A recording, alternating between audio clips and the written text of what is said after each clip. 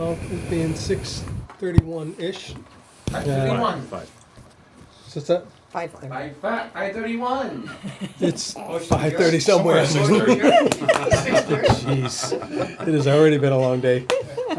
Yes, thank you, Frank. 5:32 now, and I'd like to call our Water Sewer Commission meeting to order. Before we do that, I'd like to ask everyone to please rise for the Pledge of Allegiance. I pledge Allegiance to the flag of the United States of America and to the republic for which it stands, one nation, under God, indivisible, with liberty and justice for all. Thank you. Thank you. I'd like to welcome everyone here. I'm Steve Bishop, Chairman of the Water Sewer Commission. Jim Jarden, Water Sewer Commission member. Steve Peterson with Weston and Sampson. Peter J. Wiggins, the honorary mayor of Norton, Massachusetts. Janice Roberge, Administrative Secretary. John Harrop, Assistant Superintendent. Frank Fournier, Superintendent. Great, thank you and welcome everybody. I'd like to start off with Superintendent Updates, please. Good, thank you, Steve. All right, we're going to jump back a little ways. Something I had mentioned at one of the last meetings was the upcoming sprinkler testing that was going to be performed at Wheaton College. Tests were successful. We allocated 6 days based on information given to us from their sprinkler company. They actually were able to get it done in 4. They performed tests at 50 different locations. 2-inch sprinkler drains flowed at each, along with a few of the larger buildings having additional 1-inch and half-inch drains flowed. There were some isolated disturbances because of these flows and the quantity of water that was used as was anticipated, which is why one of the reasons why we were on site. Technicians were able to flow fire hydrants in and around the area where the sprinklers were connected to the water main to control the dirty water complaints and remove the debris caused from these tests in that area. The smaller flows were difficult to calculate. The larger 2-inch and larger flows we based on time and flow to come up with a calculation for this round of testing, including the hydrants that were flowed during this event to remove any disruptions. We were between 50 and 60,000 gallons of water.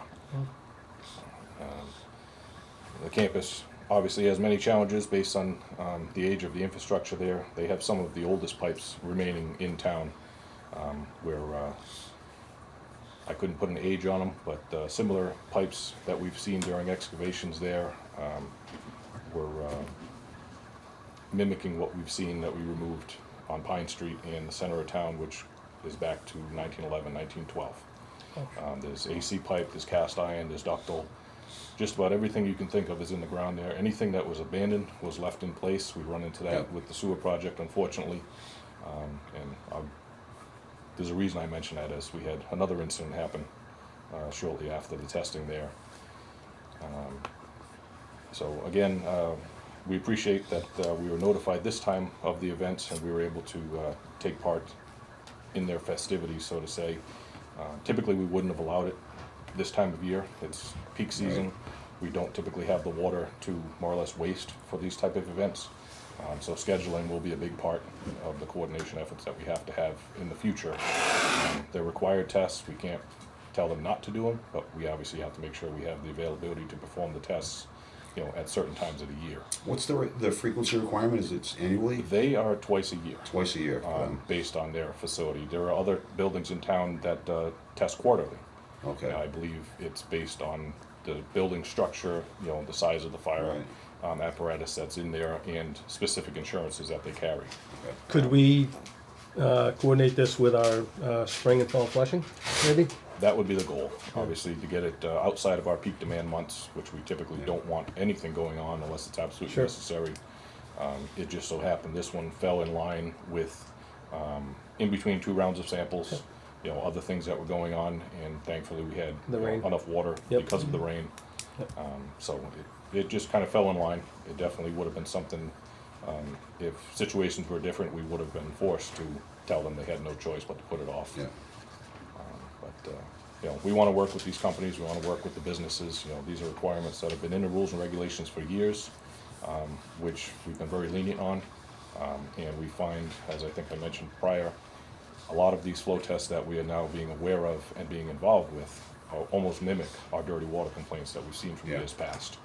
You know, where if we weren't out there, they would most likely be taking a shortcut. Not to say anything bad about a sprinkler company, but you know, they don't always run them till they're clean. Yeah. You know, so you see multiple problems that can come from that. Obviously, disruptions being one of them, but failures of backflow devices, you know, is another big concern because there's debris that could potentially hang up a check and you know cause it not to work when you really want it. So we're working with them, and there are fines that are in place. The board is well aware. I believe we talked about those a month or so, if not longer. And that's not what we're here to do. We don't want to fine people. We want to educate people. We want to work with them. But if we find somebody doing something that's blatantly obvious, we have no choice but to impose a fine.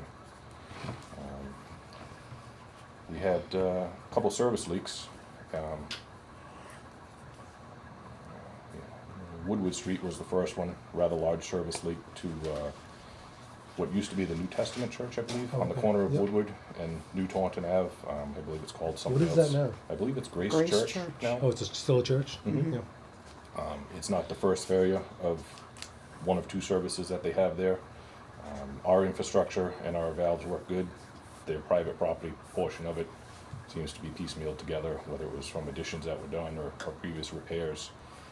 That was called in pretty early in the morning. One of our treatment guys was actually on the road and overheard the conversation on the radio between the police and fire, her being notified. So one of our treatment techs was the first person to arrive. And as he was prior water department tech, he knew exactly where the valve was and had it closed before anybody else here had to respond. Was that just a service leak? Service leak. Was, what, 2-inch service? That's a something like 2-inch that? line. 2-inch? Yeah, 1.5 or 2-inch line that's there. Put down a significant amount of water. It was enough to notice it on the trends because it was, you know, in the early hours of the morning. It wasn't something, you know, that a lot of people noticed. We did have one person call and leave a voicemail here, which we really appreciate. You know, somebody taking the time to do that. I'm not sure if they were aware. You mean putting it on Facebook isn't the way to do it? Unfortunately, No. that doesn't work so Okay. well. It is the popular option, but it does not get to us as quickly as you think it does. You know, A service leak, is that just a leak on our side of anybody's connection, or? it could be either. We own a portion of the water service from the water main to the shutoff in most circumstances. From the shutoff, which is called the curb stop, Yep. into the home is private property. It's owned by the homeowner or corporation, whoever owns it. So the service leaks I reference here are actually all that have been on private property. Okay, So we responded, we shut it down, we notify the occupant, or if nobody's around, we'll do our best to get a hold of somebody either through dispatch if they have a contact number, or in this case, because nobody was around, we left notices of shutdown on the doors and made multiple attempts to go back. It appeared the place was vacant, but we did get a call days later from the tenant, and they're looking to make repairs now. There's 2 feeds that go to that property, so I'm sure whatever one it is isn't widely used right now, so it doesn't seem to be hindering, you know, their being there. how did they know it's leaking? It's underground, right? Oh, it surfaces. Just, they see Yeah. it leaching up to This the. looked like a river Yeah. going down the side Oh, of the road. okay. Yeah, anything, a 1-inch line will put down a significant amount of Yeah. water, 2-inch, even more. Okay, And that's what was noticed by whoever the concerned citizen was. I don't believe they even left the name, which is perfectly fine. You know, if you see something abnormal, call in, yeah. Yep. leave information. Better than We not do doing it have, all. we do have better options actually on the phone tree.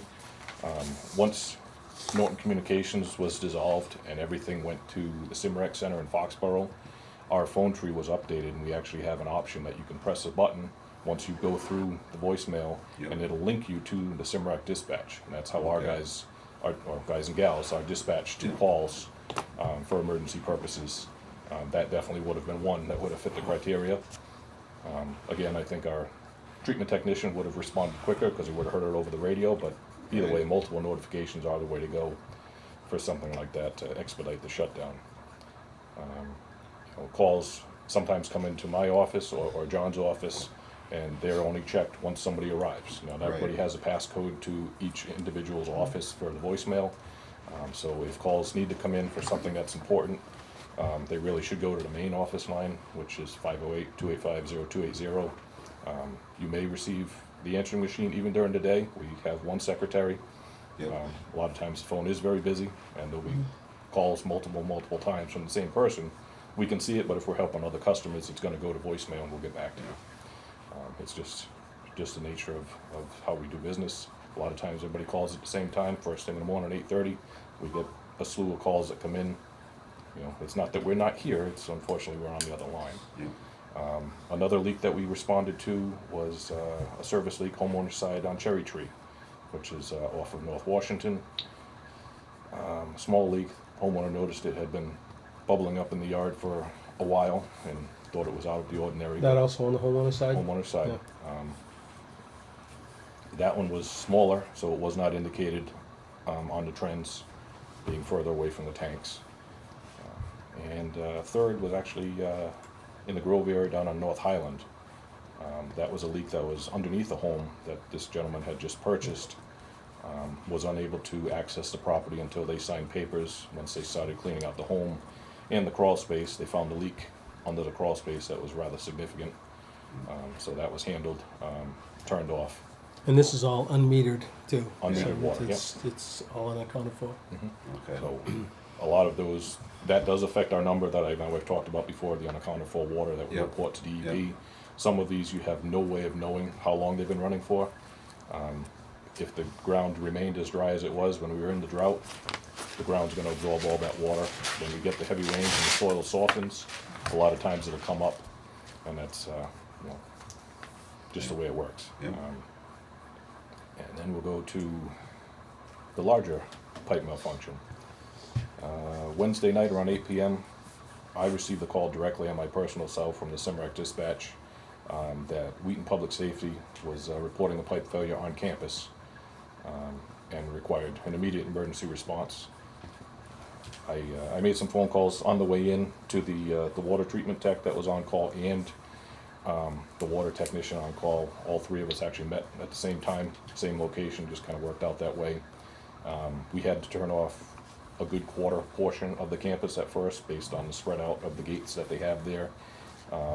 One of the old gates fought us a little bit. We were able to work it, get it, find a sweet spot, so to say, and shut down shortly after. Once fire department was happy with the shutdown and they cleared, we isolated and were able to tighten up the break by isolating with a new valve that was installed on a project that I just happened to be on years ago, which we were lucky it was installed. It was able to turn the Pine Street dorm back on. They have summer camp going on right now, Yep.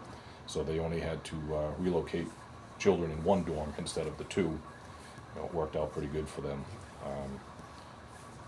Technicians stayed on site pretty late into the night. They were able to, that's private property, just, you know, I know we talk about private services.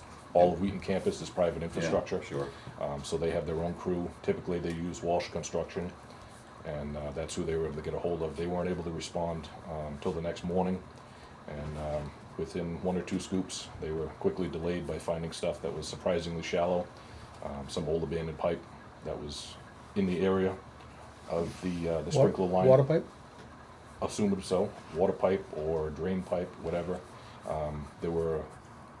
There's an iron cross that they come. Oh, yeah. How often do you see those? Yeah. That was used as a T with a cap on one end. Yeah. Yeah. Multiple thrust blocks around that. They dug through that layer. There was another layer of pipe below that, which was the original feed to the building, which were two 4-inch lines going in, which were cut and capped inside the building. So as they did infrastructure improvements, they just stacked everything on top of each Yeah. other. But still, everything was connected to the original feed, which is 8-inch AC. It was a pressure break. It was very obvious what it was by the split that was in the pipe. Nothing on our end indicated any changes on anything. It just failed because of its age. Yeah. So they were delayed multiple times. Every time they'd try and get the bucket in, there was something in the way, and they were being very cautious when they did the excavations not to damage anything else. They don't have plans on most of their facility. I was gonna ask about that. We have more plans than they do. We have offered some of our copies there. The story has it that there was a gentleman who worked there a few years back and did some cleaning. And unfortunately, a lot of the documents that they threw away were very important. Handwritten drawings, measurements, and all that for stuff that was done years and years and years. That's a shame. So the limited amount of plans that we have were from some of the old plumbers back when I was into distribution working with those guys, and anytime we could grab a copy of something we take it, have a photocopy made and thrown it in our file. So now we have the ability to help them out by giving a little bit back to them. Yep. They really need to work on infrastructure improvements over there. I know, it's out of sight, out of mind. But every so often when something like this happens, like a break that they had 4 or 5 years ago, somebody backed over a hydrant that was setting up for commencement, and that required half the department to shut that whole facility down because there were no valves for that. Wow. So there's a lot of stuff that goes on over there that could be eliminated, but obviously it would be impactful for the college because they always have something going on. Yep. So unfortunate, but we responded to that. We were able to get it isolated within a reasonable amount of time. There was 3 feet of water swirling the drain when we pulled through there Seriously? to get from one side to the other. Quick estimate was between 300 and 350,000 gallons based on what was running at the time and the drops on the tank. So obviously and unfortunately that did create some impacts to the distribution system town-wide. We had that long run that we didn't have any calls and it was great, and unfortunately we had quite a few calls we responded to. We did not respond the very next day. We let the system calm down a little bit, just flushing additional hydrants one after another. After that break would have just prolonged the exposure of the sediment being stirred up in the pipes. Right. So what we did is actually, because the water was taken from our elevated tanks, we opened up our ground storage tanks, had everything discharged to the ground storage tanks, and we'll let those settle out. We can pump those to waste if need be, or just let it settle out and we pump it when we do our cleanings. That way the water's not wasted. It's still pumped, but it goes into a holding vessel and has a chance to settle any of the minerals out. But we responded to, I would guess maybe 20 calls, or maybe more, right around there. Many of which ran clean immediately, which is a very good sign. Yeah. We still did have some homeowners that had disturbances in their water services. We advised them to run their cold water, an outside faucet without an aerator, as long as possible, obviously without creating a disturbance in their yard, making a mess. And most of them did clear. So, we were still dealing with air in the lines on Dean Street. We were doing some flushing over there after the unfortunate pipe that let go 3 weeks ago on Hodges. Yeah. Yep. We don't want to go high velocity flush over there, even though we know most likely that's what's going to need to be done. But with these multiple events stacking up, the last thing we want to do is create more disturbances. The air does come out. If you see it, it's cloudy, kind of looks like milk. You sit the glass down and it will precipitate out. But when we get calls, it's usually in the higher end of Dean Street, close to Rehoboth line, based on elevation. It's working its way towards the end of the line. So we're doing everything we can and respond as quickly as possible when we do get those calls. We haven't had any issues. There's plenty of chlorine residual down there. Water actually looks pretty good around town, surprisingly, with as much known disturbances and man-made disturbances, as well as these emergencies that we responded to. We still got time? Yes, we do. Okay. Yep. It'll be 6:15. And we can jump over to, we had a couple calls about the amount of chlorine that people have smelled or tasted in the water. Because of the disruptions that we've seen and kind of staggered one on top of another, we did increase the chlorine residuals at our distribution points. We have a requirement by Mass DEP to maintain the chlorine residual at our furthest outreaches of the system. Anytime you have a disruption, you can have your chlorine residual used up because of the debris that gets disturbed in the system. So being proactive, we increase those amounts. Some people did call questioning why it smells like pool water. Yeah. And being proactive to make sure any bacteria or anything that's in there that may have gotten disturbed is killed, which is the whole main purpose for the chlorine in the first And place. that gets monitored at the farthest out point. We take multiple Like where it samples. would be the lowest? Yep, all throughout the system, including our farthest reaches of the system.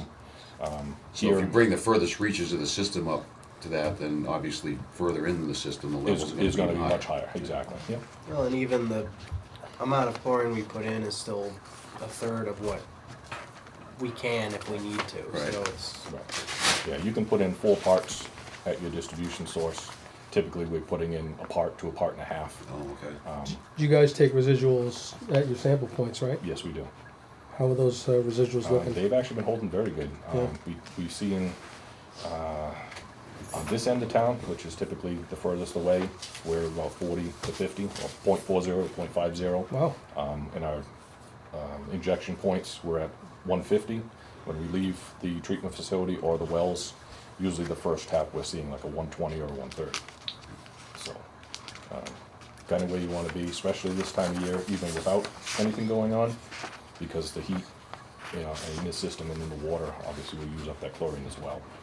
So, it is not uncommon for June, July, and August to see higher readings in the system. That's just normal practice that we use. And the more we flush, believe it or not, it's actually going to bring the residual higher to the area. We had a couple dead ends that we flushed to maintain water quality, make sure it's getting to those further outreaches. Yep. And that's actually where some of the calls come in. That typically they don't see it or notice it that much, and it's because the fresh water has gotten there with the higher residual. So that's actually an indication that we did a very good job, and it's made it to that point. That was the goal and the intent for increasing those residuals. I know we talked before about the water filters, and I'm sure, unfortunately, with the last round of disturbances that we just saw, which many people haven't seen in a while, it may have them thinking about installing filters. And I know that was something that the board was talking about implementing, some type of rebate program for a whole house filter.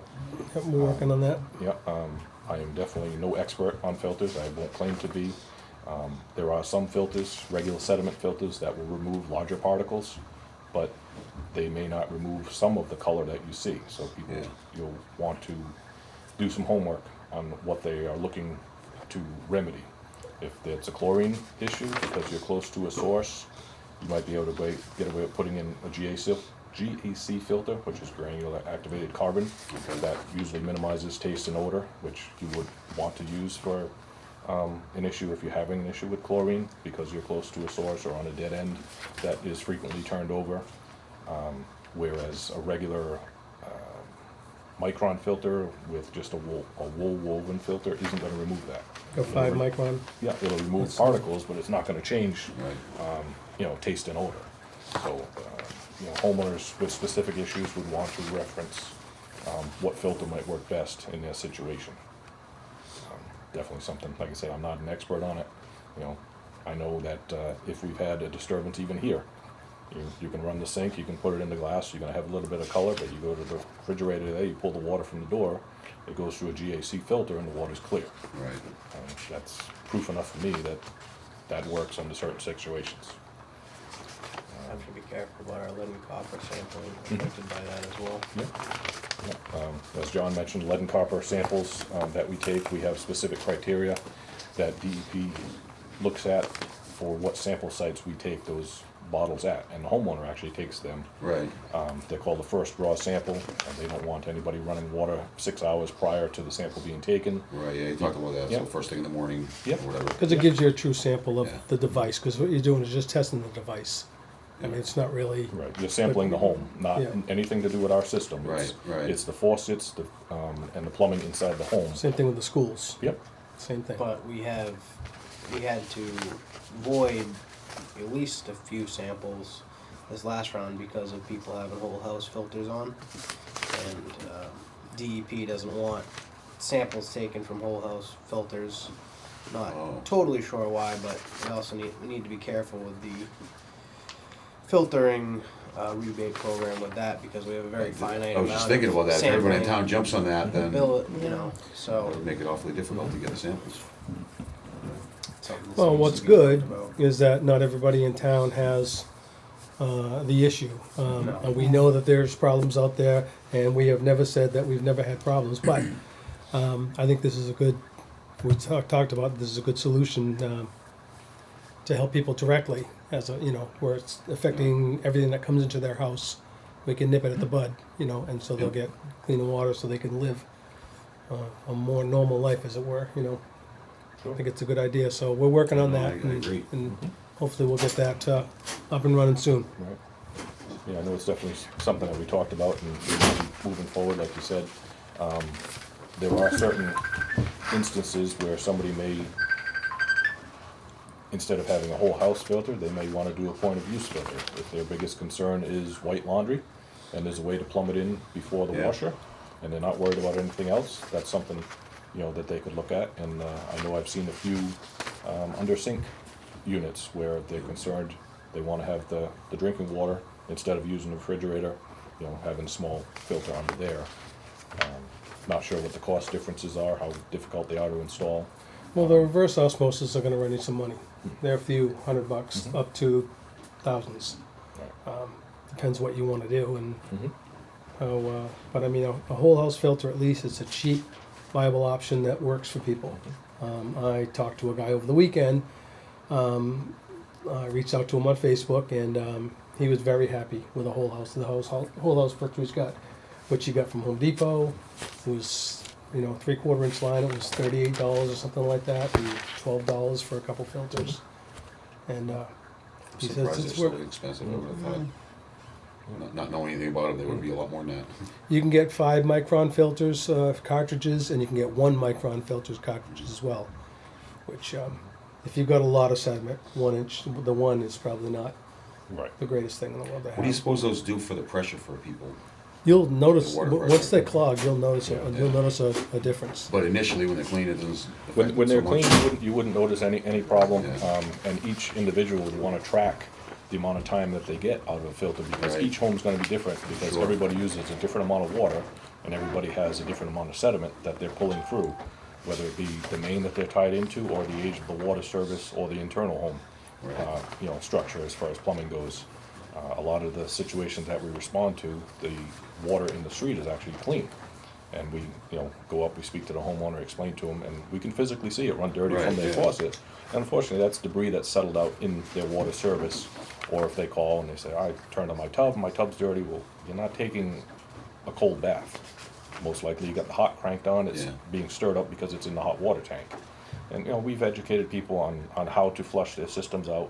And a lot of people, believe it or not, actually rent the hot water tanks, which I didn't even know was a thing. I didn't know that was So a thing they either. were gonna reach out to Wow. some of the companies, that they have the rentals from, and find out about a maintenance policy or procedure.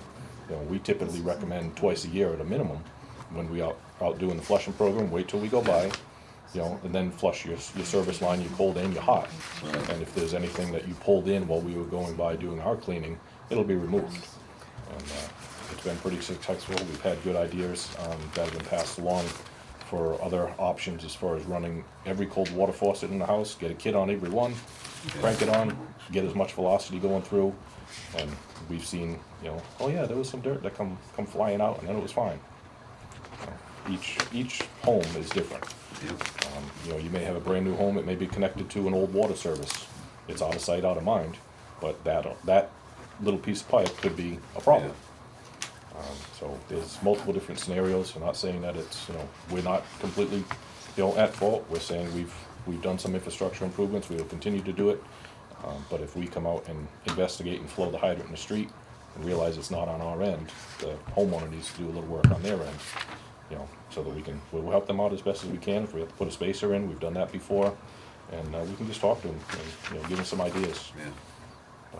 But, You can flush out the whole house, like use a power flush it, and also flush out if they got a tank. There's a little spigot at the bottom of the tank, and you can Yep.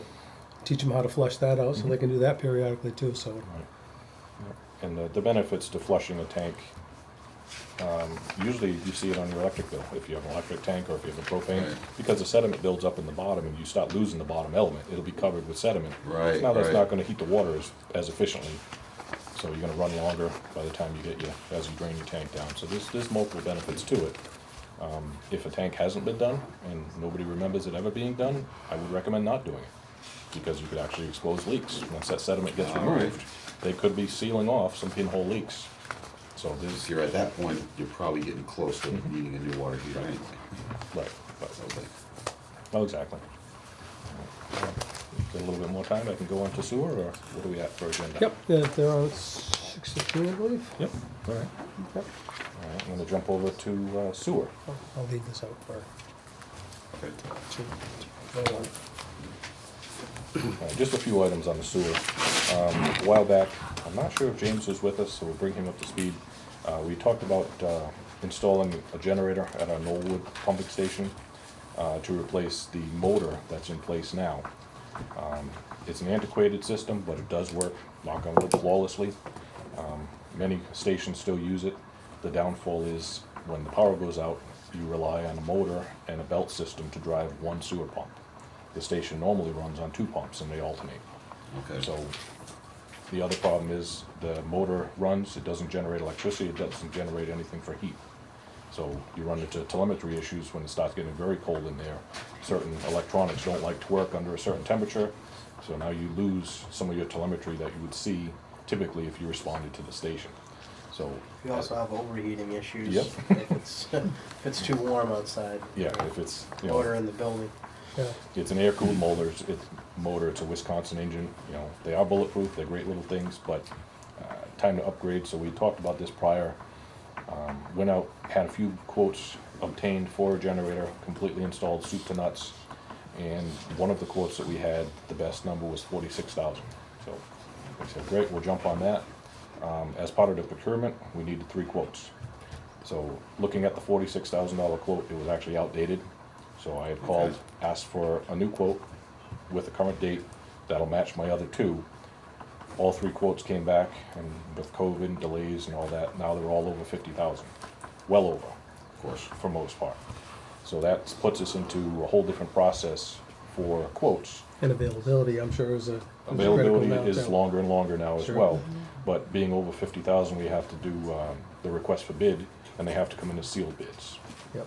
So I remember a person before mentioned, why don't we do things in-house? This is the reason why, because we run into situations like this that unfortunately add lengthy delays to the process. Instead of using the engineers to go out, group it together, these are reasonable small amounts. If we do 2 stations at once, sometimes you get a better deal. You're gonna have similar equipment going in. There's no reason that the electrician can't work at one site, go to another. Yep. So I mentioned this to Steve a while back, that we were talking about when we're done with our larger stations like Cobb Street and Great Woods, we were gonna look at our smaller stations, like Knollwood, Holly Road, and Winnicott. And 2 of those locations, Knollwood, this is the one here, Winnicott also has the same setup with the Wisconsin motor, running 1 pump. So Is that a little newer? it's a little bit newer. Yep. Same exact technology, because it's a good system. Yep. But you're relying on a 12-volt battery, an air pump, and a motor to power your sewer infrastructure when you already have deficiencies on the grid, whether you had a storm. You kind of want to have everything operational as it was when things were normal. Yep. So that's something that Steve and I are going to continue with. I think we talked about possibly looking at a quick once-over of all the smaller stations, coming up with some documents on what we would, so a wish list. Yeah, as part of the capital, for the sewer. And we're gonna need to act on that rather quickly. There's benefits to this. Obviously, the Winnicott station right now is propane powered, even though there's natural gas in the street. For some reason, when that station was put in, it wasn't thought of, or it wasn't. How far is it? Is it on the same side? No, it's on the other side of the road, so I'm sure that's what the reason Yeah. was. We can do away with the propane and actually put the generator in that same location based on square footage and size of the tank. Okay. Run a fuel source over that's permanent, and we kind of walk away from that station, won't have to worry too much about it. Good. Knollwood, there's a place out back behind the building in the fenced-in area where the new generator would fit, and we'd be able to remove the Wisconsin engine and the battery backup system inside there and put the VFDs on that wall. So we've thought it through. Unfortunately, the numbers don't work to do things in-house, so we're gonna require assistance from the engineers to pull that through.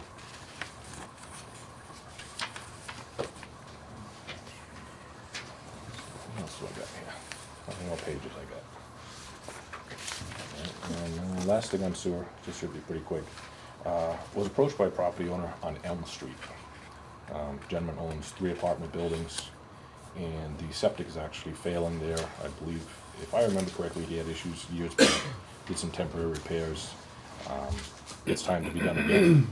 and they wanted to reach out to us to see if there was sewer available in the area. There is no sewer on Elm Street. There is sewer on Reservoir Street. Down the end of Elm, you take a right. Total distance is about 1,650 feet from his property to that sewer Okay. connection, the manhole that was left. Explained to him what's happened in years past. We wouldn't allow a private sewer line to run down the road. They would have to install infrastructure that meets regular spec. It would be an 8-inch sewer line, manholes, and laterals left for future use. That is a significant cost. I talked to Steve about a ballpark number, and I think it was 300 a foot was a rough number. We know there is ledge in the area down there. More than 300. Yeah, so that would obviously change that number significantly if you impact something.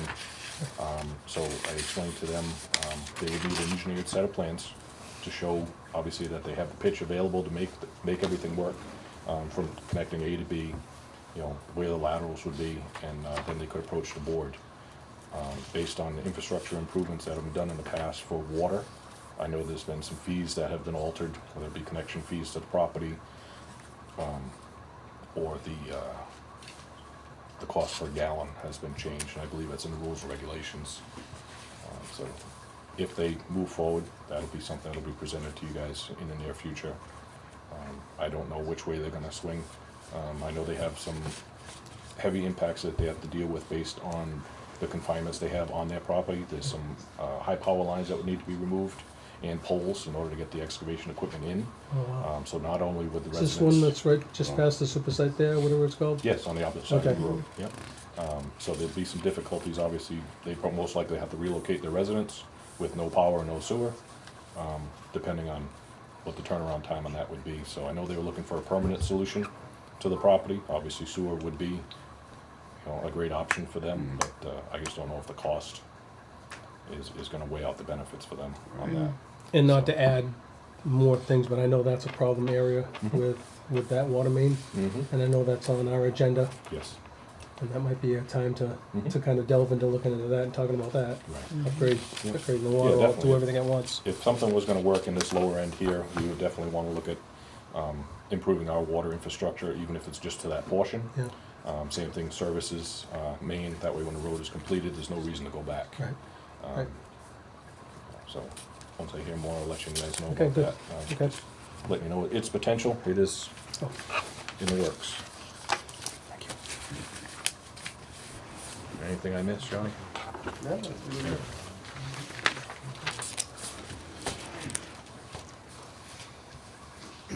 All right, well, we can get you guys a little early if you guys would like. And Jonathan, you guys wanna step right up here and introduce yourselves? Where do you want us to go? Right there, We'll and roll around. We'll make room for you. Oh, thank you very much. How you doing? I'm Daniel Rich. I represent the estate of Clarence P. Rich, and Jonathan, who will probably eventually end up with a property that hasn't been done yet. He received notices that he's gonna, or you're requesting him to put 2 sewer lines at 79 West Main Street and 2 sewer lines where the apartment was, and I don't know why 2. It's 1 lot, each is 1 lot. We have letters from the town denying him put the apartment in the back there. So I think they're 1 lot. I don't know why he would have to pay twice for 2 hookups. That's like, what was it, 16 each one? It was 32,000 for each one. Oh. So 79 West Main Street's a single-family house. yeah, Butch had taken the pool area and put a little apartment there, an accessory apartment. The building inspector came down and told me I had to evict the guy, got a cease and desist, that's at copies, because he said it's only zoned as a single-family lot. So I got charged twice for 79 West Main Street.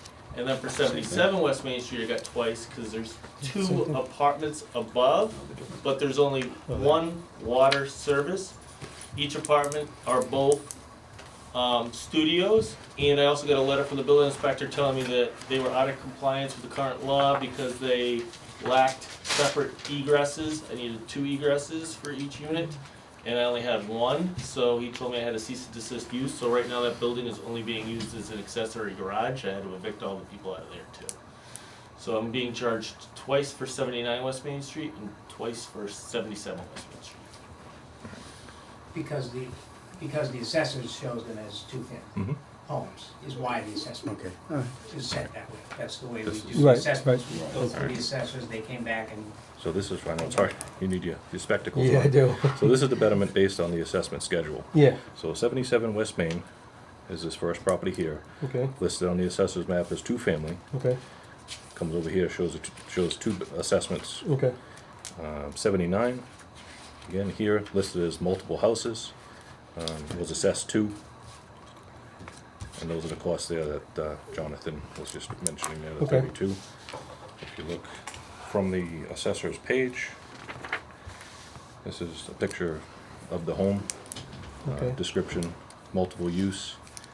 There's actually a question here that comes up under the description. I'm not sure if you guys are aware, I can show you a copy of this here. It lists building comments as 2 cabins with bath and kitchen in each, main dwelling with 2 units with two additional potential units. Is that 77? This- 79. Yep, 79. So, so that's the main house. That's the main Main house. house. That's the main house. ironically, those cabins that they quote aren't even Yep. on that piece of property. Oh, really? Okay. They've already, yeah. Yeah, so there's an accessory apartment right here that the letter from the building inspector said you can no longer use. Okay. So I guess I'm being overassessed because I have an apartment there that they told me I had a cease and desist and can't use for any purpose whatsoever. I had to evict the person, and if you read the letter, it's zoned as single family, and if I want to change it to multi-use family, I need to get a permit from. So this is kind of contradictory. That's from the assessors as well, right? And that says two. that's what's in the assessor's database right Right. now. So She was you guys with the need to building look at inspector that day, Yeah. taking pictures and stuff. Sure. But I don't know if she ever, maybe she got a copy of the letter. It's probably a CC on the bottom of the letter. But those are the letters we got Yeah. from.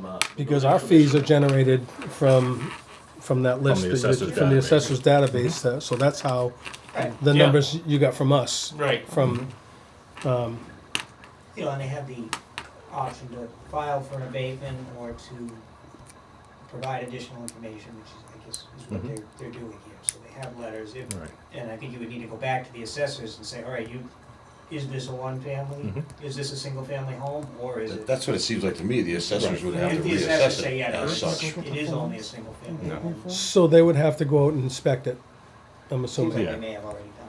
I mean, Yeah, we would need to seems see the like change that letter, you from go the back to assessor. assessors, because they're the ones Yeah. that reviewed our table and confirmed that it was 2. Can I ask you a question? At 275 East Main Street, where they have those 288 apartments, right after the quick stop on the left? Yep. Do you have 288 hookups there, or just one? There are multiple building hookups there. But For that. 288 though? It's One not- for each apartment? It's, Right. so it's not based on how many everybody is going to tie into the sewer. Mhm. And then betterments are based on equivalent dwelling units. So if you have an apartment that has 4 units in it, it might be one sewer connection, one physical connection to the sewer, but there are 4 what would be considered equivalent to a residential unit. You know, everything's based on how many, every betterment unit is based on equivalency to a single-family home. So if there was, and an apartment counts as one equivalent dwelling. So even, now he doesn't have an apartment there, but if he was gonna put an apartment there, isn't that still one? The lot's It's a like, s- It's how much they're it's a s- using. It's a second assessment unit. It's considered in terms of the assessing the betterments. It's So- like having 2 homes. You have 2 families. Is there a Or confusion properties about the connected. amount of connections compared to the amount of I think assessments? so. Is Yeah, that what we're because talking they're not about? the same. Yeah, that's what you're Assessments- getting at. Assessments are 2 different things. okay, so he has to go back to the assessor's office and hash this out with them? The assessors would have to come out, look at that property, Mhm. change it on their database, Okay. and then obviously the abatement form could be filed 'Cause based on the new information. It's a vacant apartment now because I was told if I used it, I would get charged $300 a day. That's a fine. Now, is that from the assessors or from the building? That's from the building. Okay. Right. That's the Right, that's Well, that's it sounds like separate the assessor hasn't altogether. been up to date Right. on. Yeah. Probably Mhm. not. Yeah, sounds So, like so we would have to, number one, file abatement now, or wait till they go back and? it would have to be after the assessment was done, Okay. because we base everything on the assessor. Okay, all right, so we gotta go back to, we're at the wrong place. It's okay. That's okay. But with that More than letter from the building inspector, I would Right. say Yeah, it's. Yeah, I would sounds bring like that it's up. Run right. that to the assessor. Right, they'd still need to go out and actually view the Right. dwellings That's and make what's their gonna happen. determination, Right. once all that Because right information is. now, like for 77, right now it's vacant because they said you need to put 2 egresses. We're in the process of trying to sell it, so like, why would I put 2 egresses and whoever buys it might not want any apartments up there, Right. or Right. they might want to make it a single apartment on the first floor instead of 2 500 square Yep. foot. Right. Or a house. So we're kind of in limbo and saying, hey, I don't want to put up 2 egresses, find out the guy that buys it, Mhm. looks at me and goes, why'd you spend all that money? Right, Right. Just Right. get 2 tiny apartments up there. I would do 1 big one, 1 small, 1 big one on the first floor, 1 big one on the second floor. Still get to 2. And that's the garage. Yeah. Okay. That's what I would do if I Do were. they still have the unit behind that? No. Years no. ago? you don't have cabins? Where's No. the cabins? I never saw any cabins over there. Yeah, Butch didn't see him either. They That are. was, they were- they they were are like office space 3 of them. and storage. They're probably gonna end up being torn down and moved. Ultimately, I think, 'cause Yeah. you can't really do anything with them. Right. Yeah. There's nothing there they can do anything with. So, Alright. Well, I guess your first step is gonna be the assessors, Okay. get them to change that, and then, so we won't miss any time delays by going to the assessors.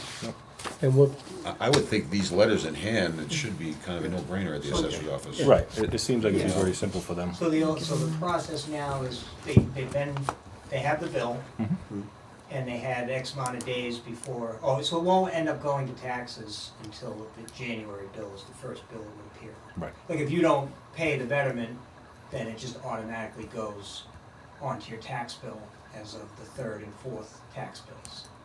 Will be February. So there's still time before that's just gonna happen. Okay, all right, so we'll go. Yeah, because the letter said you had 30 days from whatever. They take 30 days to pay it in full, or That's to right. choose another option. And people that just don't respond at all, it automatically, Goes if to the the portion second over option, 20 yeah. years, it just goes on your tax bill as a portion. All right, so we gotta go to the Yeah. assessors. Yeah, we obviously don't delay on it. We'll help pay for the assessment. Yeah, oh, yeah, good luck with that. And I think, yeah, so if the assessors are gonna say that, yeah, these are each just single-family homes, that second house doesn't exist, you can't have an apartment here, and they each become 1 unit. If in the future it crops up again and you're able to get an apartment there, you do have the ability to then assess it. Right, differently, yep. Yeah. You can Will change, reassess it, yep. a change in use, Mhm. it then is subject to another betterment Right. assessment. Yep. If they add. Yeah, or additional, yeah, right. All right, well, thank you for listening to us. No, no. Thanks. oh, No, thanks thanks. for coming in. I mean, we don't know there's an issue unless we have, Yeah. it's brought to Okay, us. That's what we'll Yeah, do, right, There you Peter? go. Yep, right. Good job. Peter says only charge us once. All right. I'll give you a ride home, Peter. He is the honorary mayor after all. what's that? I'm not old enough to be in that league yet. I picked up a couple more. Still playing, I'm on 2 other teams. Still playing with the kids. That's fine. I know. I'll talk to you, I'm sure. Media center for the planning board meeting. Right now? Yep. Let's go. See you guys. Jonathan, thanks. Bye. See you later. Guys. Thanks for coming in, guys. We'll see you, you too. Thank you. So Steve, Thanks, I have a Steve. question. No, I just want to thank his input was Yeah. Yeah. critical, kind of. Steve, I have a question about if I can't remember the exact address, but we were talking earlier about a business, a person who owns a commercial building on West Main Street. If they want to sell it, they have to pay the betterments up front. Why couldn't the owner of the building, the new owner, why isn't it their responsibility? They As long could- as it's if they disclosed, then they disclose have it, to yeah. pay. They They've gotta disclose it and disclose it it. becomes, and it has to be dealt with as part of the sale. Right. So typically, I assume you can pass it on to the new owner if they sign off. If and it's a agree to tax, it. you know, I mean, if it's Taxes, assessed, I don't even know, I was just curious, it's not a, because typically it gets dealt with, because money is exchanging hands and they want to clear it. They want to clear the lien as part of the sale of the property. Sure. So I don't know that you can transfer the lien. Another, Yeah, I don't know if it attaches the deed and the property owner as one, or if it just stays on the deed with the property itself, with the address. yeah. I know, thought it because- But I know stayed it can't stay the with owner. the previous owner, he can't Right. take it with him. Right, He No, can't say, Yep. I'm selling the Yes. house, and yeah, I owe this debt, keep charging me, Mhm. you know, but now just charge it over here, it Right. stays with the property. But isn't it that if they sell the property, they have to take care of the loan I think that, up front? yes, I think you're supposed to pay it in full. Because I don't think it As part can of go to the sale, new you know, 'cause owner. that's the whole issue for being, sale. you're Yeah. exchanging. Unless the money, new owner it's the agrees to money. it. Yeah, If he if they agrees to want, it, if they then- want But I don't to know encumber if it they can on the do new owners, and like I said, it's gotta be disclosed. well, I like don't it know would. if they can do that. I would though. assume it would just like we were talking, like be negotiated into Correct. a lesser sale price. Right. Like I mean, Yeah. Right. Yeah, Everyone's I was doing ju- fancy I would rather negotiations now. have I would rather have a little less money now and have the new owner pay over 20 years than have to fork over whatever 32, 64,000, Sure. whatever. I was just curious. Sure. Yep. That's all. I'm not sure if the deed has to be wiped clean from any Yeah. liens, I'm once thinking it once has to changes be, hands. but I I think it think does. so I too. don't have a, It would be cleaner. I mean, 75% that of makes. I it understand has to be that. done at that time, you Yeah. can't. It doesn't work go in. to the new Cause owner. yeah, like you're saying, if you're gonna say, oh, we'll charge you a little less for the house and you take on the deed, well, what, just pay it off. Yeah. You know what I Yeah, mean? exactly, Why- Why exactly. do the money that way? I don't think Right. they let you do that. Right. Yeah, I don't think it- so either. I think it needs to get Cleaned out.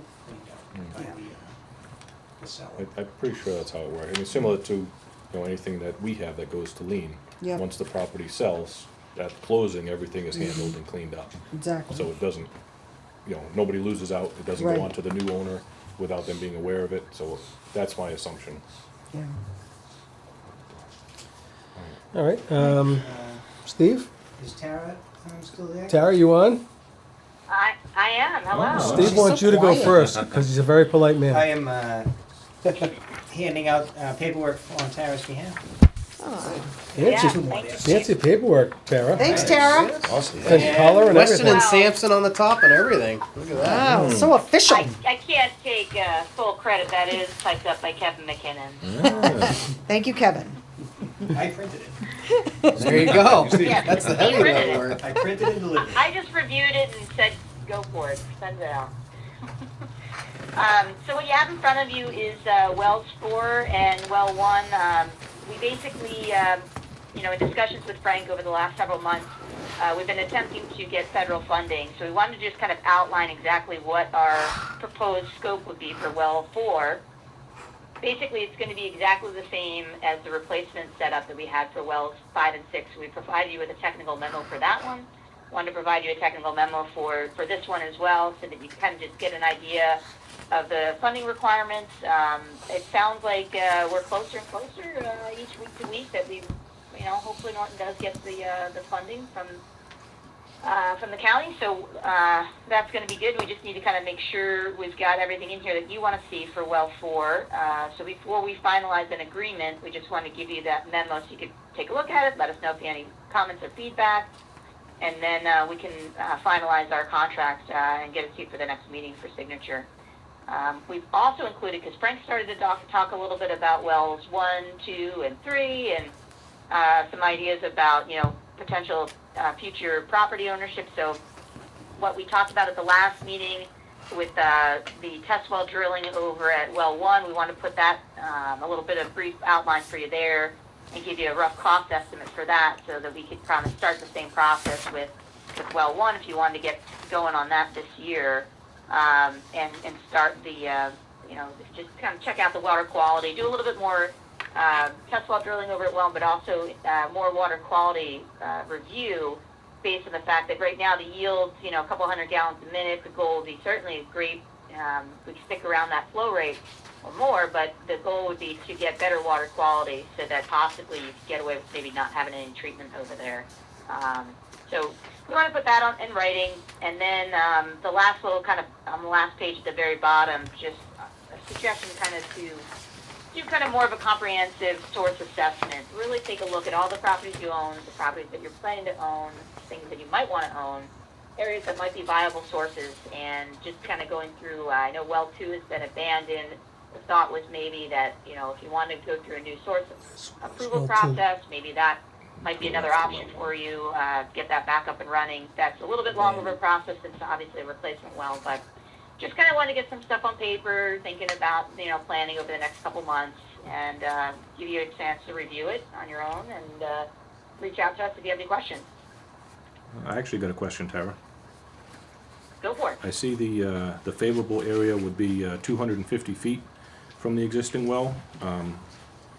Is the boundary 250 or was it 400? Was I mistaken by thinking it was 400? From Your the, zone 1 is 400 feet. And you need to be within that for your replacement well. And typically, I think the replacement well does need to be 250 feet. okay. How far away is number 2, or the old number 2, from 1? Right in that. It's a distance. It's probably, it's Probably gotta be about 500, maybe 500 feet. 550. Why is that defunct? Because of iron and manganese, or? I don't know the whole Sodium? reason behind why that wasn't used, but I do know we had investigated using it as a source 19 or 20 years ago, and we were told by DEP that it was declassified incorrectly. So it was no longer an option to go back online. It would have had to be permitted as a brand new source.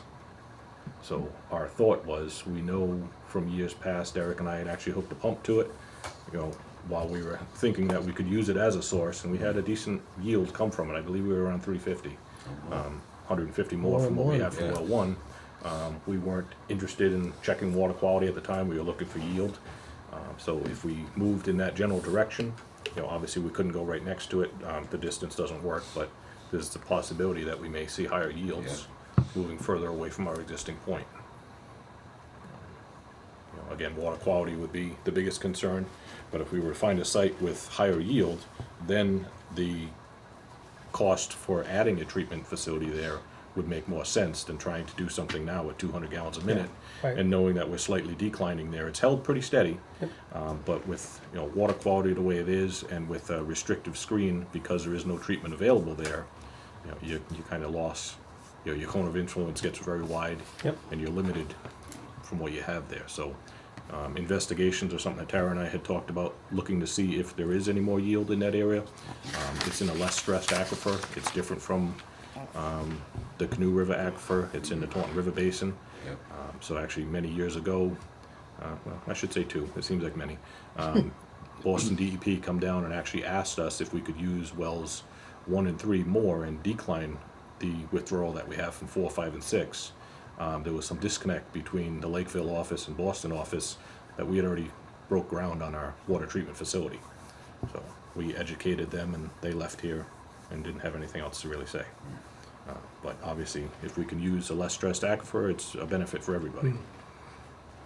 That well too, that is it the old one? I guess I'm a little confused on specifically why we can't just use that anymore. It has to do with the way it was declassified. But you said it was mistakenly done. I believe it was mistakenly done. I mean, Tara? You need to continuously use a source. You can't, and it's basically put kind of mothball those emergency situation if you want to keep it as a source. So years ago, when it wasn't, you know, either it wasn't maintained or, you know, you need to still do water quality sampling on it. You need to still pump it.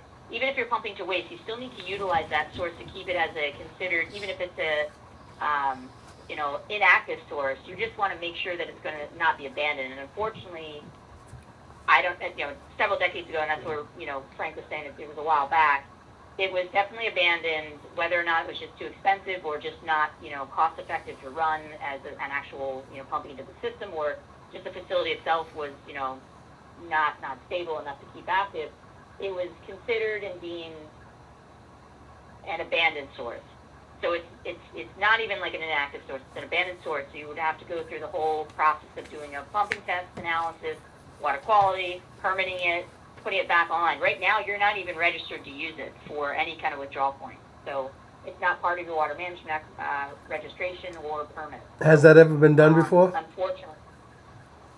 As far as putting a source back online, I mean, Yeah. you did A go through defunct- the new source approval process.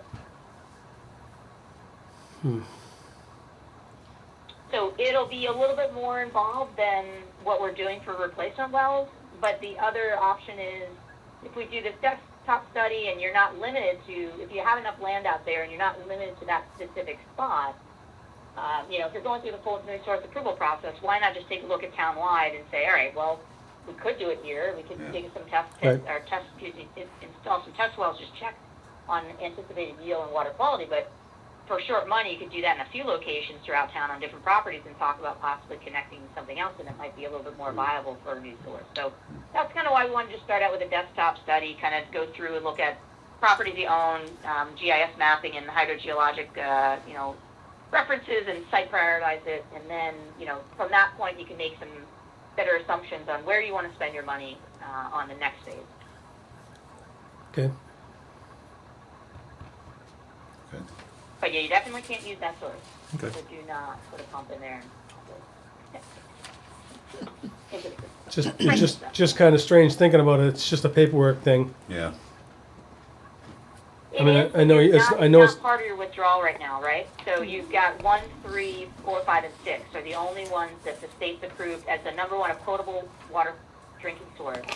And you're also only permitted through the Water Management Act setup with your registration that you can pump out of those 5 sources. So 2 is totally offline. I don't even know if that at some point, is just some other replacement well of a replacement well at some point. There's a lot of, there's definitely done some replacements over the last, 50 years. So our best viable option is just to do a satellite off of 1, like we're doing Sounds at like it. 5 and 6, right?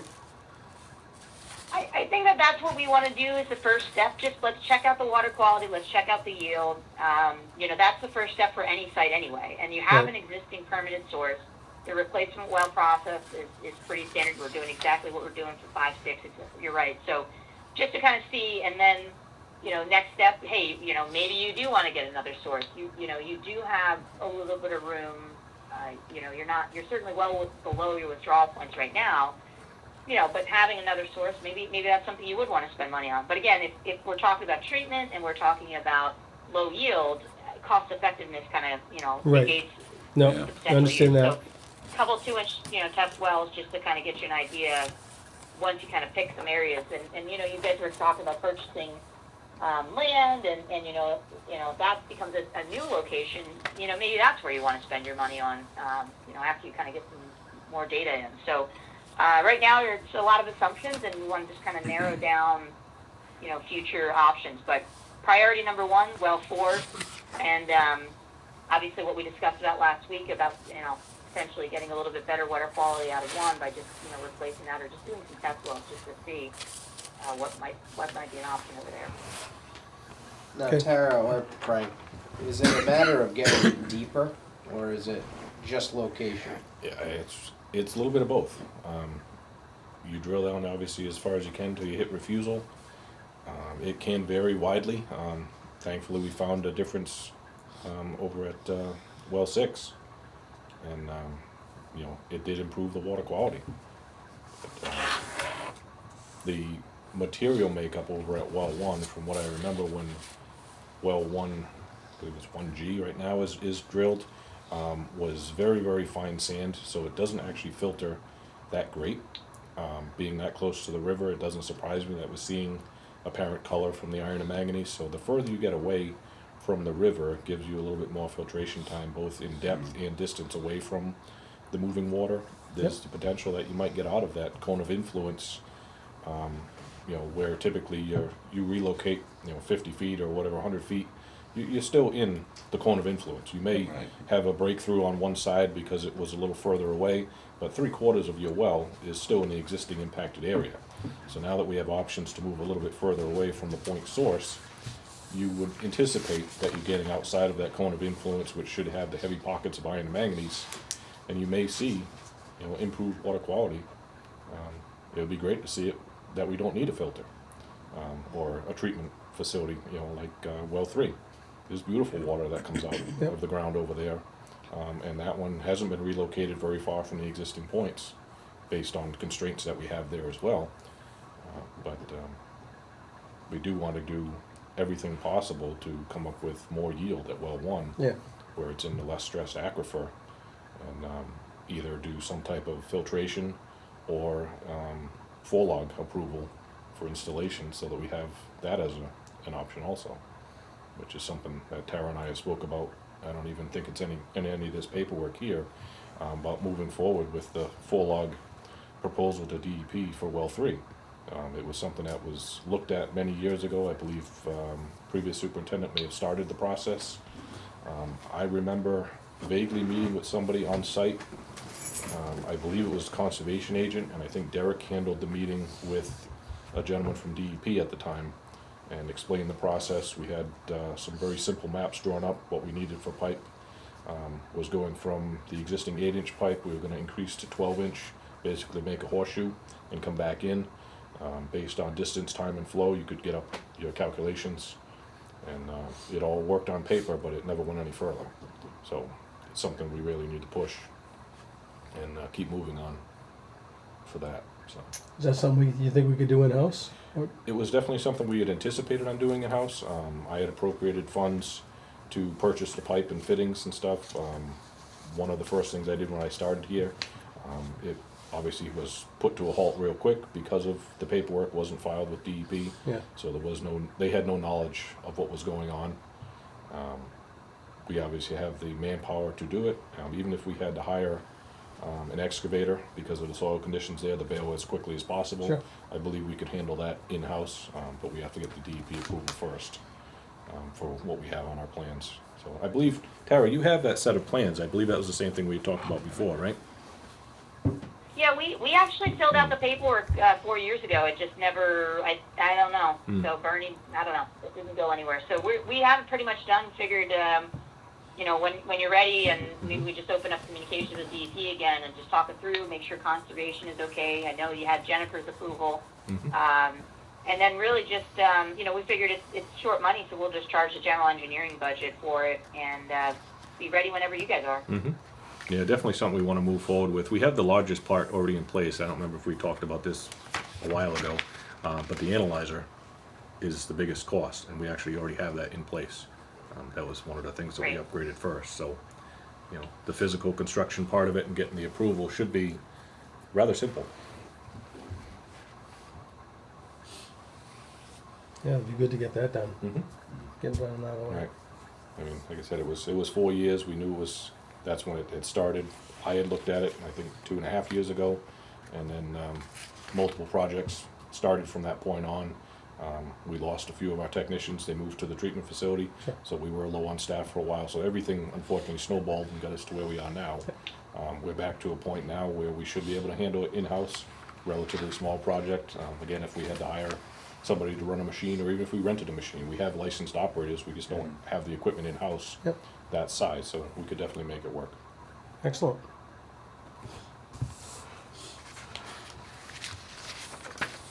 All right, Tara, you good, Tara?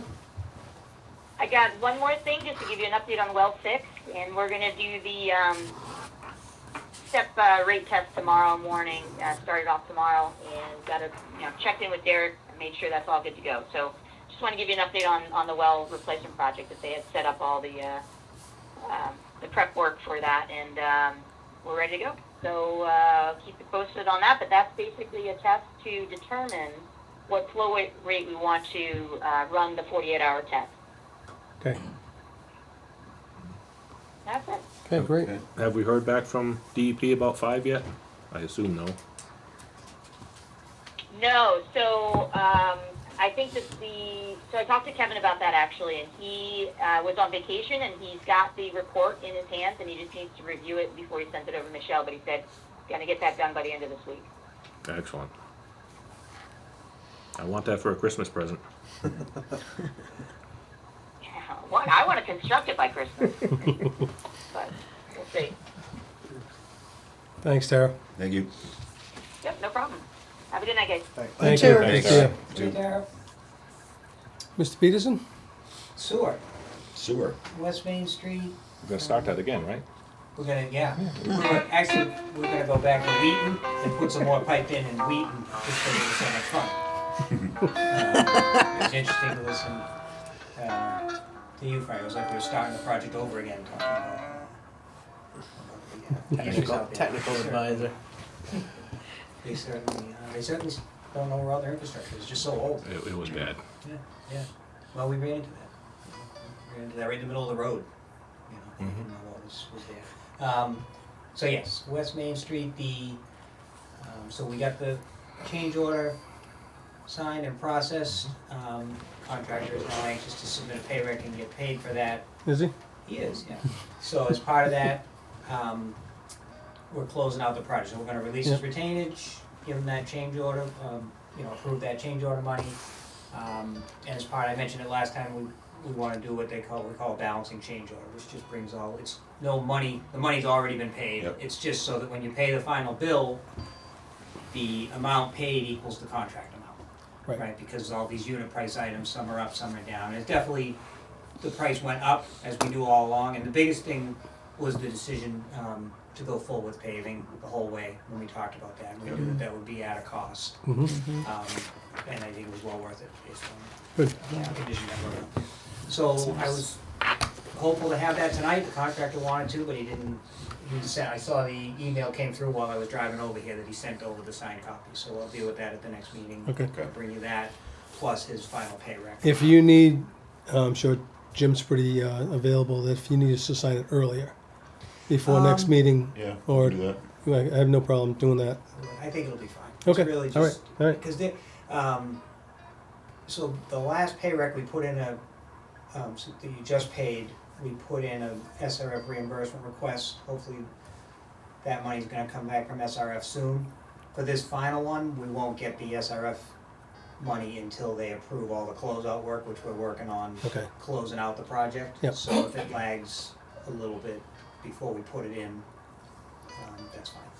Okay. So the bottom line, I think the next meeting will be sufficient to vote on the balancing change order and the final pay rec, and then we'll start, be ready to process the SRF reimbursement, I Okay. think. Excellent. We're closed out with Mass DOT. So as far as we know, we're all set. They're happy?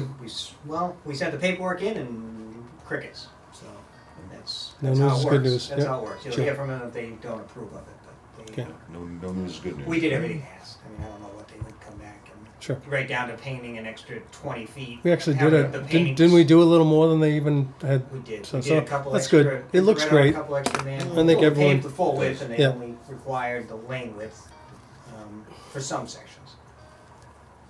But anyway, so that's all set. Great. Cobb Street, we have a pre-bid meeting Thursday. Thursday morning. And then 2 weeks after that is the actual bid opening for that work. Okay. So that's moving along. Frank mentioned earlier the issues at Knollwood, and what he and I talked about is doing a CIP, capital improvement plan, kind of going into all the stations, spending a couple of days. We did it for Cobb Street. You guys have a nice report, and so in this year's budget, he has money to do the next design phase to make some more improvements at Cobb Street and really get that, up to code as much as it can for a station of its age. Do you do that with Harold as well? Is Harold the part So of that? Harold will, Howard. Howard, My Very fault. common. you Sorry. know Howard? I do. I know him pretty well. Yeah. Sorry. My apologies. Hopefully he's not watching. Sorry. No, I don't think he's watching. No. This is Moch Watch TV. What are you kidding me?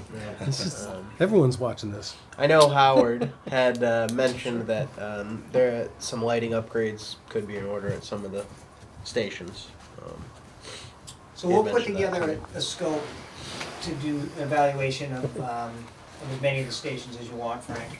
Yeah. I mean, we could look at all of them probably in a couple that of what- days. Lou? That's what like And then what we do is some short-term recommendations and nightmare. long-term recommendations for improvements.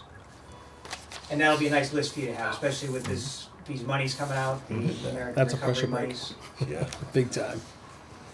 That's a lot of water that came out of that. Holy Is that the smokes. one we- Wow. Look at that monstrosity you pulled out of the ground. What a mess. Holy. Wow. Wow. So Crazy. Steve, as far Sorry, as Steve. the capital improvement, when are you anticipating doing that?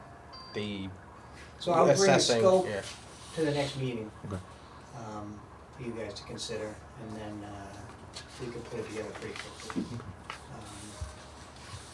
then, like I said, it'll be a nice document for you guys to have Mhm.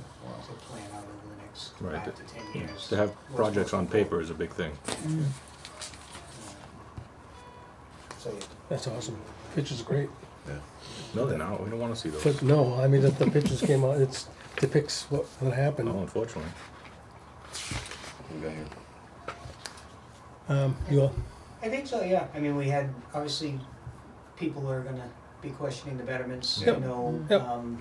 There's another one of the restaurant establishments is questioning it, and, you know, we can deal with it when it comes in, but I will say that it's industry standard, mass general laws. I mean, your betterment regs, you know, weren't just made up specifically for you. They follow the mass general laws, the Yeah. way we come up with these stuff. You know, the water use records is pretty much what everybody does for existing properties, and then, you know, if so the that's property- consistent with, So it's other- mass general law, the betterment laws, and then the code of mass regulations, you know. Okay. We use Title V, you know, as far as how we size, you know, how we determine the flows, you know.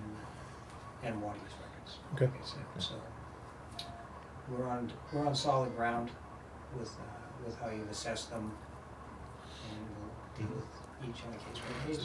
Okay. We're here to support you how you need it, and I think that's it.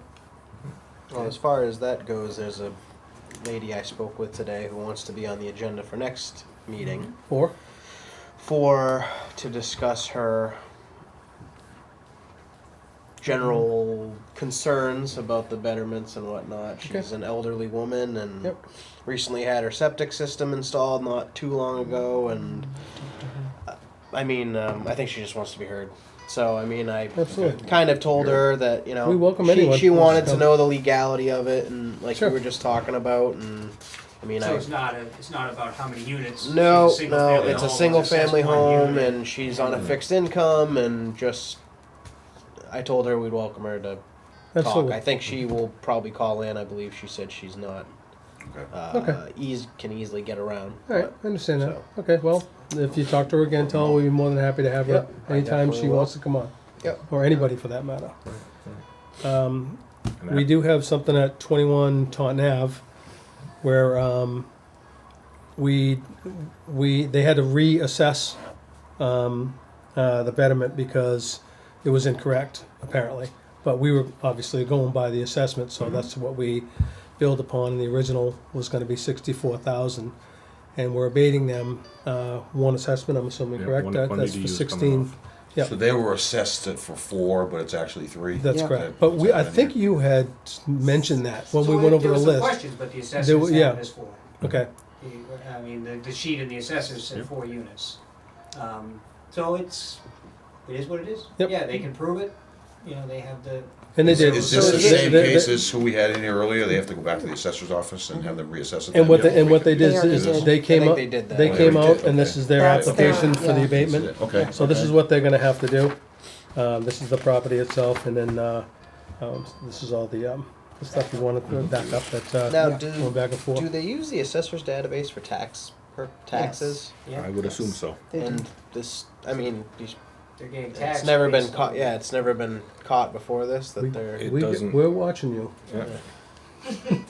It That new place you doesn't got appear it over was there. noticed until just recently. Well, the gentleman even said it tonight, he's like, I must be paying taxes on this stuff, because they've got Yeah. these. Mhm. you know, Yep. Right, One exactly. guy's that's telling what I me mean. can't have You know, Yeah, someone people don't living think of there, it. And Yeah. then the other departments charge Oh, me. okay, for it. 3. I understand that Yeah. our number jumps out at them a little Yeah. more. I'm sure, Yeah. but So we're gonna vote on that, for the abatement. Yeah, that will need a vote and a signature. Yep, Of the one. with the 1 year of Pretty good. $16,000. Abatement of $16,000 from, yep. For 21 Taunton The Ave. original, yep. Okay, so I'd like to make a motion to approve the abatement for 21 Taunton Ave for Bruce and Holly Teixeira. Is that right? I second it. All in favor? Aye. Aye. So we're good Abatement then. passes, yep. Very good. So, we signing this or initial this? We signature, sign correct? it. Yes. Yeah. There you go. Thanks, Jim. I like the little Magic thing, pen? is you can think, but I'm not gonna have a Yeah, smartphone become a anymore, boy so now. I'm not gonna need it. And I Okay. know you guys had asked at the last meeting about the sewer truck. Yes, the crane truck. There is still no good information coming from anywhere. Nothing, huh? A used motor is difficult to find, Yeah. which is the route that we Figured as were much. going to go, just to try and get it back as quickly as possible. Right now, they're saying 2 to 3 months Wow. before they So- can come up with anything. It's the crane that you need, correct? No, it's the entire truck. The entire truck, unfortunately. okay. It has power inverters in it. It houses our sewer camera. You know, all the specialty tools are in there. Okay. You know, it's a heavy GVW 1-ton dually with the custom box on the back, which holds the crane. You know, it was specifically spec'd for the sewer department. Okay. You know, it's unfortunate that So no one has anything like that, even around here? I also feel like you also could be running into the issue with a used engine that it's used and Well, you you don't we know just how. talked Crapshoot, you don't know what. Yeah, we Right. talked No, about it's a engine. gamble no matter what. I mean, I've done it before and ended up having good luck with myself that, also. but, Yeah, I mean, you don't know. yeah. But it is a Ford, right? It is a Ford, but I can break anything. So we'll keep you updated on that, So, and see what we can do. well, I'm sure your neighboring partners, if you do have an issue, that I'm sure we could help out in the event of a You know, emergency or it's something. Very nice. Not that we want to see you guys, but Nope. we appreciate the offer. No, we've got a crane that's got dust on it, so. Speaking of crane trucks, a quick question. The other day, again, I noticed this because it's right in front of our building where I work. There was a Mass DOT crane truck, and they were going in and out of the sewer doing something. What No, were they doing? they're there? cleaning Catch basins? the storm drains. They're cleaning the storm drains. Okay, okay. Yep. That's Actually, another issue is that we have a perfect crane truck in the garage, but you don't want to contaminate drinking water truck Right, with right. sewer and whatnot. Right. So it's not really an option. Yeah, no, that makes sense. you know, Hence why we need another building. that Yes. would- Yeah. That's definitely something we're in the works. Again, I know prices and everything have gone up, so I'm sure we'll see a substantial increase on that from what it was 2 years ago. Now, I know this is kind of late, it's almost August now, but is there any hopes to getting summer help or something like that, or anything? No, that's not even a, Probably not. no, all right. It's not. It's just that we got enough, to do with our staff now, with the plant and everything else. It'd be nice to have them go around and dress up some of the hydrants, paint them, cut them Yeah. back, and. That'd be cool. Right. I mean, we have been maintaining as many as we possibly But I mean, I can. know you guys, and I'm not, Right. you guys No, are doing yeah. a fabulous job, but I mean, it's always, if, for the, Mhm. whatever you pay a summer help kid and everyone's looking, so. Well, it was just a question. No, definitely. No, good question. The limits, unfortunately, that we have with the summer person that we've had in the past, they're not supposed to do certain things based on their age. So, I mean, putting them on, a riding mower where you're gonna mow a slope, if they don't have experience, I don't feel comfortable putting them there. Yep, I understand that. Putting them out with a chainsaw, cutting some of the stuff down. Nope. The same thing. It's, I get that too. There's certain areas you just don't feel comfortable putting them there. Safety is the utmost, You sure. know, doing hydrants and hydrant maintenance, we take very personal. We want to make sure those caps come off. We want to make sure they're operational. Not to say that we couldn't train somebody to do it, but they may not have the same passion as our employees do Right. for that same type of work. So that's honestly why we've shied away from a few in the past. We did have quite a few good ones. Yeah. You know, The last one we had, we were pretty lucky, Yeah. fortunate with. but Yeah, well. All right, I think we got everything else. Think so. Anyone else have anything they wanna bring up? did you have the next meeting already set? I do not. Okay. Yeah, I think it's is it the 3rd of August? No, no, it would be, second, it'd be the second 10th. one. Yep, I always mess that up, sorry. So, August 10th. 5:30 still work for everyone? absolutely, August, so the 10th and the 24th, correct? Yep. Okay. All right, well, if no one else has anything else, Jim? All right. Favorite motion? I motion to adjourn the meeting. I highly second that. All in favor? Aye. Aye. Thank you, everybody. Thank you, Good everybody. night, everybody.